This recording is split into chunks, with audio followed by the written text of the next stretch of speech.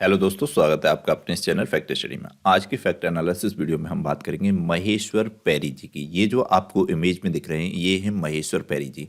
इन्होंने अभी हाल ही में विवेक बिंद्रा जी पर एक इंटरव्यू दिया था। उस इंटरव्यू में इन्होंने पूरी की पूरी विवेक बिंद्रा जी की कुंडली खोल के रख दी, किस तरीके से इनका जो कि 10 डे MBA प्रोग्राम है ये भी फ्रॉड है। इससे पहले इन्होंने जो चलाया था IBC वो भी फ्रॉड है। इस पर पूरे विस्तार से बताया है।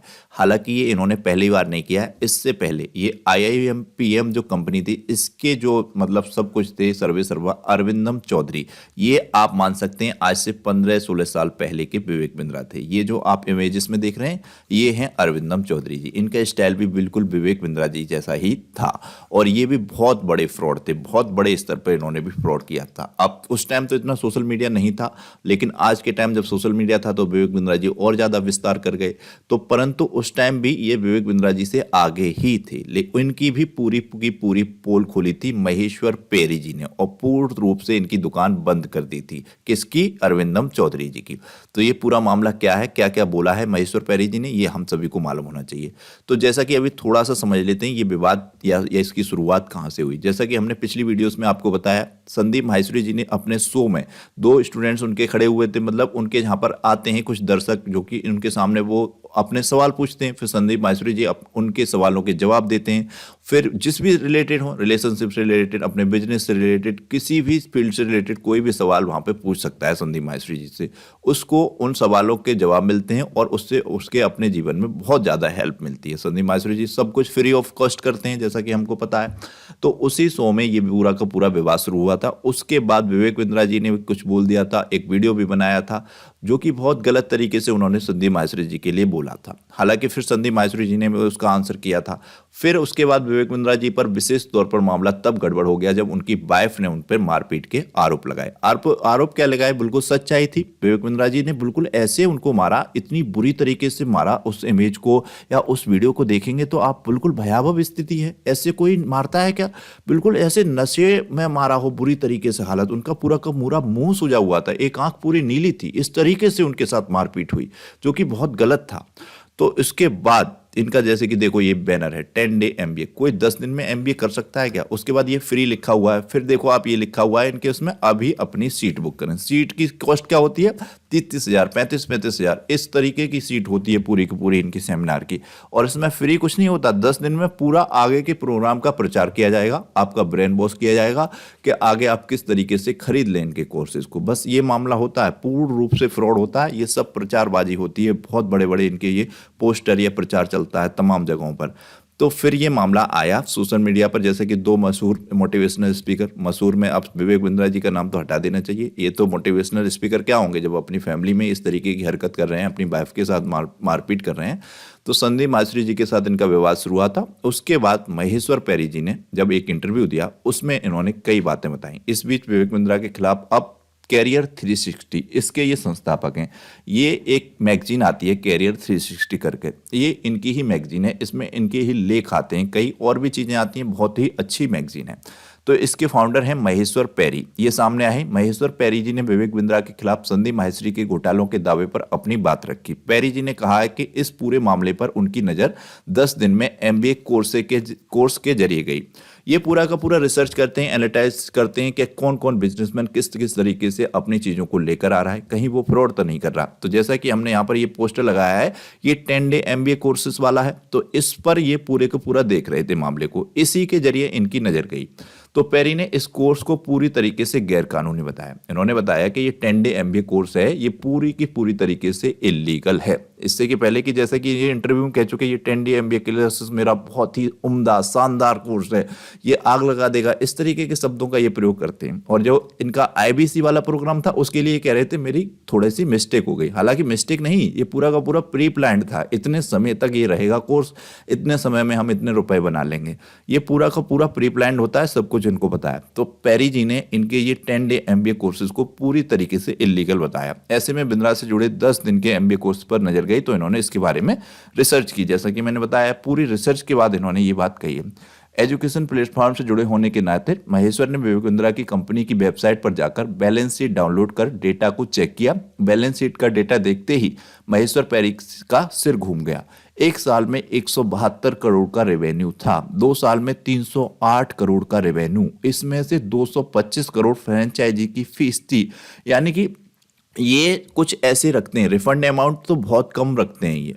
आप जैसे कि इनका कोर्स ज्वाइन करेंगे, टर्म एंड कंडीशन बहुत से लोग पढ़ते नहीं है, पढ़ेंगे कहाँ से? ये इतना बड़े बड़े बैनर इतना प्रचार करते हैं, उसमें आपका ध्यान ये उस टर्म एंड कंडीशन पे जाने ही नहीं देते हैं, इन चीज़ों पर रखते हैं। फ्री फ्री ये कर दूंगा वो कर दूंगा, तमाम चीज़ें बोलते रहते हैं, आपका ध्यान टर्म एंड कंडीशन की तरफ जाने ही नहीं देते हैं, और रिफंड वाली फीस पे जिक्र आने ही नहीं देते हैं। तो रिफंड वाली फीस तो बहुत कम होती है। तो इनका जो आईवीसी का प्रोग्राम था उसमें रिफंड वाली फीस इन्होंने बहुत ही कम रखी हुई थी। तो इन्होंने इस सब पर बात की है महेश्वर पैरी ने। इसका कनेक्शन मल्टी लेवल मार्केटिंग से था, जैसा कि हमने बताया ये। और इसके बाद इन्होंने विवेक बिंद्रा के डायरेक्टर के बारे में रिसर्च की। इसके बाद उन्होंने विवेक बिंद्रा के डॉक्टरेट के बारे में रिसर्च की। डॉक्टरेट, जैसा कि हमने पिछले वीडियो में बताया, इन्होंने फर्जी रूप से डिग्री ले रखी थी। डॉक्टरेट ये श्रीलंका के किसी यूनिवर्सिटी से इन्होंने डिग्री ली थी। वो यूनिवर्सिटी अब हम जाके वेबसाइट पर चेक करते हैं तो उस यूनिवर्सिटी का कुछ भी ओपन नहीं होता है, पूरी तरीके से जिसे पता चलता है वो फर्जी डिग्री है। इसके बाद उन्होंने विवेक बिंद्रा के हर महीने के 1 लाख से 20 लाख तक के दावे वाले वीडियो को भी देखा। महेश्वर पैरी जी का कहना है कि यदि वे इतने करोड़ कमा रहे हैं तो अपने कर्मचारियों को इतनी कम सैलरी क्यों दे रहे हैं? ऐसे में इतना तो तय है, इसमें कुछ गड़बड़ है। महेश्वर पैरी का दावा है कि विवेक बिंद्रा ने लाखों बच्चों के साथ चीटिंग की है। इन्होंने ये अपने एक्स अकाउंट पर बाकायदा से पोस्ट किया है कि पूर्ण रूप से चीटिंग हुई है। शानदार तरीके से हम इसके साथ, अगर बच्चे 100 से भी अधिक बच्चे मेरे साथ जुड़ जाते हैं तो इसका पूरा का पूरा केस फाइल कर सकते हैं हम, और पूरा का पूरा बच्चों को पैसा वापस करवा सकते हैं। जैसा कि संदीप माहेश्वरी जी ने भी कहा था कि हम पूरा का पूरा बच्चों का पैसा वापस करवाएंगे, वही चीज महेश्वरी पैरी जी ने भी कही है।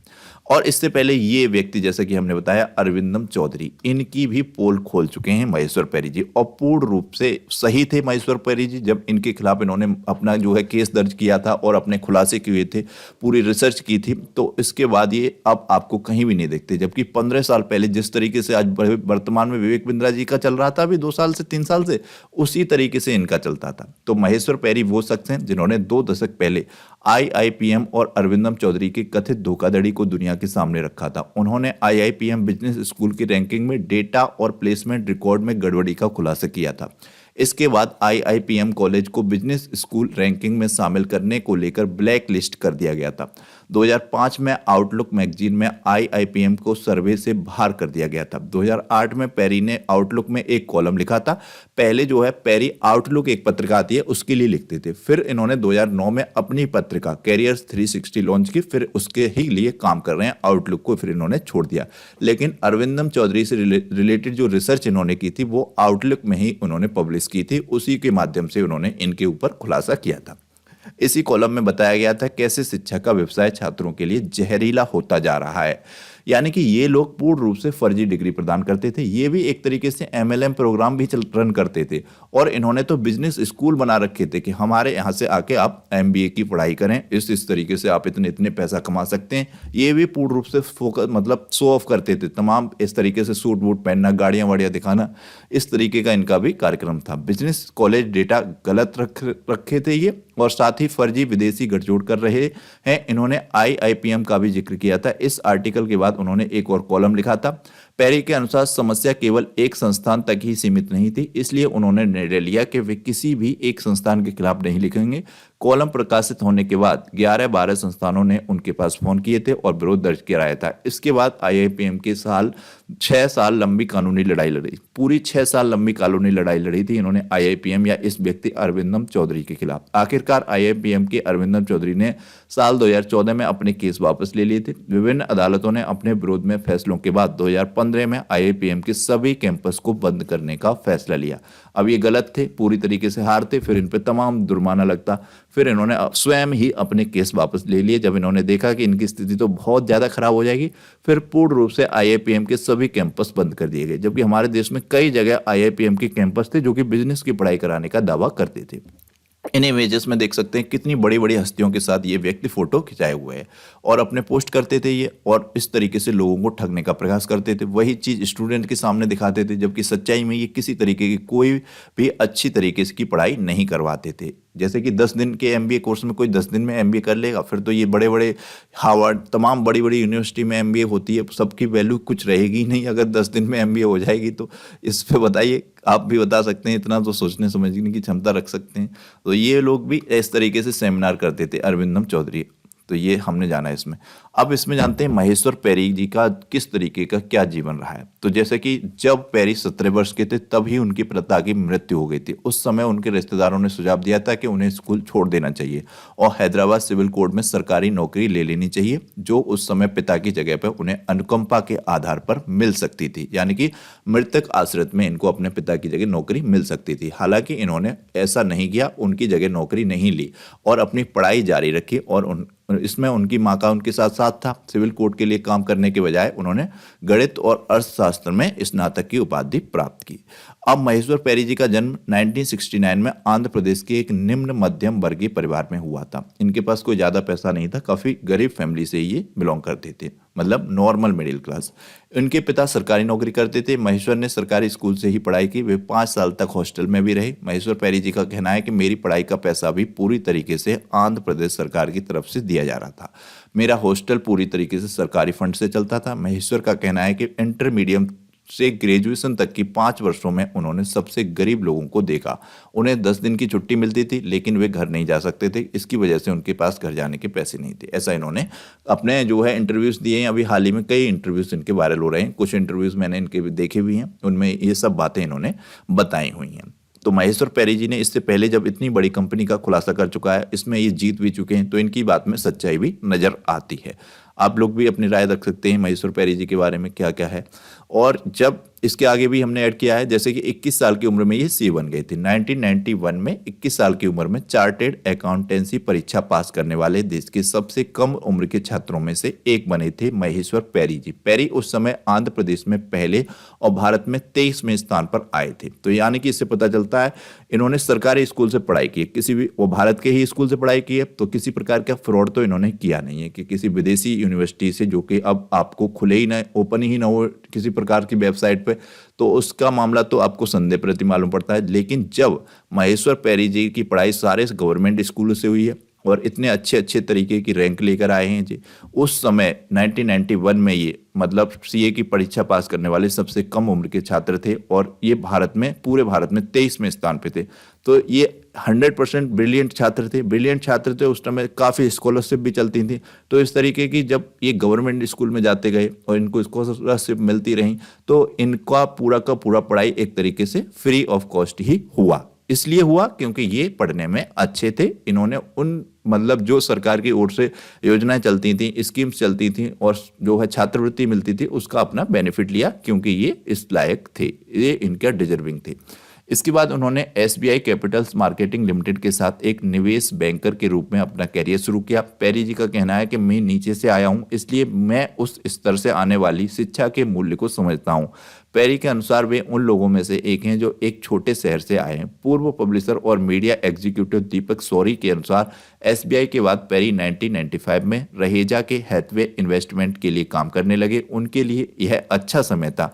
उस समय रहेजा मीडिया इन्वेस्ट के साथ अपने हितों का विस्तार करना चाह रहे थे। 2009 में आउटलुक के आंशिक रूप से अलग होकर उन्होंने कैरियर 360 की शुरू किया। साल 2012 में वे पूरी तरीके से आउटलुक से अपनी राहें अलग कर ली।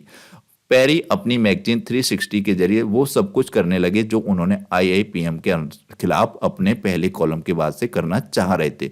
यह पूरी तरीके से शैक्षिक संस्थाओं को प्रणाली में दोषों को उजागर करने पर केंद्रित था। यह पैरी का नया जुनून था। जैसा कि पूरी तरीके से इसको एक मतलब रिलेटेड करें अगर रवीश कुमार जी से, जैसे कि वो किसी मीडिया संस्थान के साथ काम करते थे तो उन पे दबाव रहता था, ये खबर दिखानी है नहीं दिखानी है। कई चीज़ होती हैं जब आप किसी कंपनी के साथ जुड़े होते हैं, आपके ऊपर बॉसेस होते हैं तो उनकी बात आपको माननी पड़ती है। फिर जैसे रवीश कुमार ने स्वतंत्र रूप से अपना चैनल शुरू कर लिया, फिर अब उन पे किसी कंपनी का दबाव नहीं, किसी बॉस का दबाव नहीं, आप अपने निष्पक्ष तरीके से अपनी बात रख सकते हैं। उसी तरीके से इनके साथ था महेश्वर पैरी जी के साथ। जब ये आउटलुक के साथ काम करते थे तो उन्हें उनकी बात माननी पड़ती थी कि आपको ये लेख लिखना है, इस लेख में आप ये एडिट कीजिए, ये चेंजेस किए। फिर इन्होंने इसको महसूस किया और ये स्वतंत्र रूप से काम करना चाहते थे, तो इन्होंने कैरियर 360 की शुरुआत की और फिर इन्होंने पूर्ण रूप से जो इनका जुनून था उस अनुसार स्वतंत्र रूप से काम किया। और ये देखा हमने, इतना बड़ा फ्रॉड व्यक्ति था ये, उस टाइम आप समझ नहीं सकते। मैंने तो उस टाइम इसको देखा था किस तरीके से इसका टीवी पर, न्यूज़पेपर्स में डेली प्रचार आता था, डेली ऐड आता था इस तरीके से। आज तो विवेक बिंद्रा का कम है, विवेक बिंद्रा से भी आगे था। इसको इन्होंने एक्सपोज किया और लाखों बच्चों का भविष्य बिगड़ने से बचाया। इसके स्कूल्स में पढ़ते अगर बच्चे तो सोचो वो क्या सीखते। पूरी तरीके से उनके साथ लाखों लाखों रुपए का फ्रॉड होता और कुछ भी उनको हासिल नहीं होता। और महेश्वर पैरी जी ने इस व्यक्ति के साथ कानूनी तौर पर लड़ाई लड़ी और जीते और इसको पूर्ण रूप से बैन करवाया। तो ये बहुत ही उम्दा काम किया, हमको सराहना करनी चाहिए महेश्वर पैरी जी की। और महेश्वर पैरी जी की ये मैगजीन आती है कैरियर 360 करके, इसमें ये तमाम तरीके के लेख छपते हैं और भी व्यक्तियों के छपते हैं, महेश्वर पैरी जी के भी छपते हैं। शिक्षा से रिलेटेड है, विशेष तौर पर ये फोकस करते हैं कौन कौन किस तरीके से क्या क्या कर रहा है शिक्षा के क्षेत्र में। जैसे कि बिजनेसमैन का भी ये इसमें लेख लिखते हैं, उनकी भी खबरें छपती हैं, इंटरव्यूज छपते हैं। इस तरीके से ये इनका कार्य है। तो ये था हमारा आज का वीडियो। आपको ये वीडियो कैसा लगा प्लीज़ कमेंट बॉक्स में बताइएगा, अपनी राय रखिएगा महेश्वर पैरी जी के बारे में, किस तरीके के व्यक्ति हैं, इनके जो विवेक बिंद्रा के खिलाफ इन्होंने जो बात की है वो कितनी सही है कितनी गलत है। अब यहाँ पर हमने एक इंपॉर्टेंट क्वेश्चन ऐड किया है, पूरे वर्ष के लिए इंपॉर्टेंट है, 100% किसी न किसी एग्जाम में पूछा जाएगा। जैसा कि आपको पता है, पहले गणतंत्र दिवस 2024 के लिए अमेरिका के राष्ट्रपति जो बाइडेन को न्योता भेजा गया था, लेकिन उन्होंने जो भारत और अमेरिका के रिश्ते चल रहे थे, पन्नू का भी एक मुद्दा था उसमें, और भी तमाम चीज़ें थी, उनके यहाँ भी अब राष्ट्रपति के चुनाव होने, तो उस वजह से उन्होंने आने से इनकार कर दिया। तो नए अतिथि आएंगे जब गणतंत्र दिवस 26 जनवरी 2024 को समारोह में, किस देश के राष्ट्रपति मुख्य अतिथि होंगे? तो ये क्वेश्चन है, इसका आंसर आपको कमेंट बॉक्स में करना है। क्वेश्चन और इंपॉर्टेंट इसीलिए हो गया है क्योंकि अमेरिका को जब भारत ने पहले G20 में ही इनवाइट कर दिया था, परंतु उन्होंने आने से मना कर दिया। फिर ये नए अतिथि हैं तो इसलिए और ज़्यादा इसकी भूमिका बढ़ जाती है आपके एग्जाम में आने के लिए।